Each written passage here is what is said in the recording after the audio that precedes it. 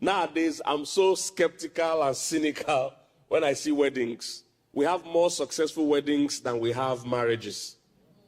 All right, so people put in the effort in the weddings.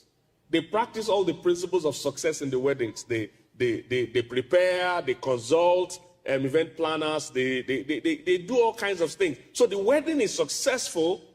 People even choreograph their dance.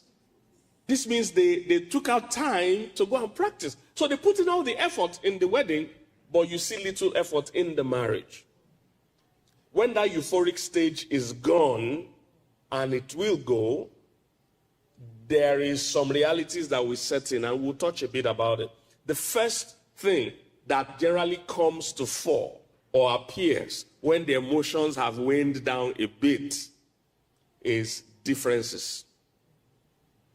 Your differences just comes in. In fact, that is why the most common reason people divorce is called irreconcilable what?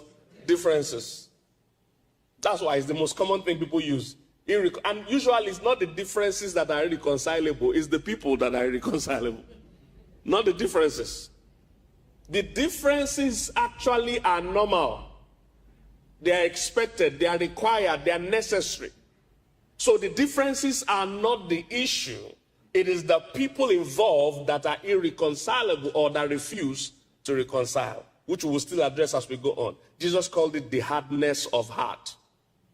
So why did Moses allow you to divorce? He says because of the hardness of your heart. So not the differences, but the first thing you will come in contact with when the emotions have waned, when the euphoric stage has passed, when the honeymoon stage has passed. But that's why in relationship science, we try to make sure people don't get married too quickly, so that euphoric stage will wane while you are still in a relationship, so that you know what you are getting into.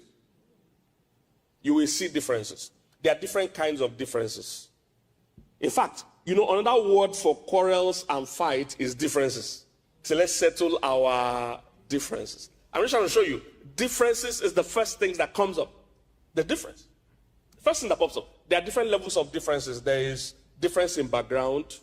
There's difference in temperaments, personality type. Then there's difference just because of gender. Just because of gender. All these things will pop up.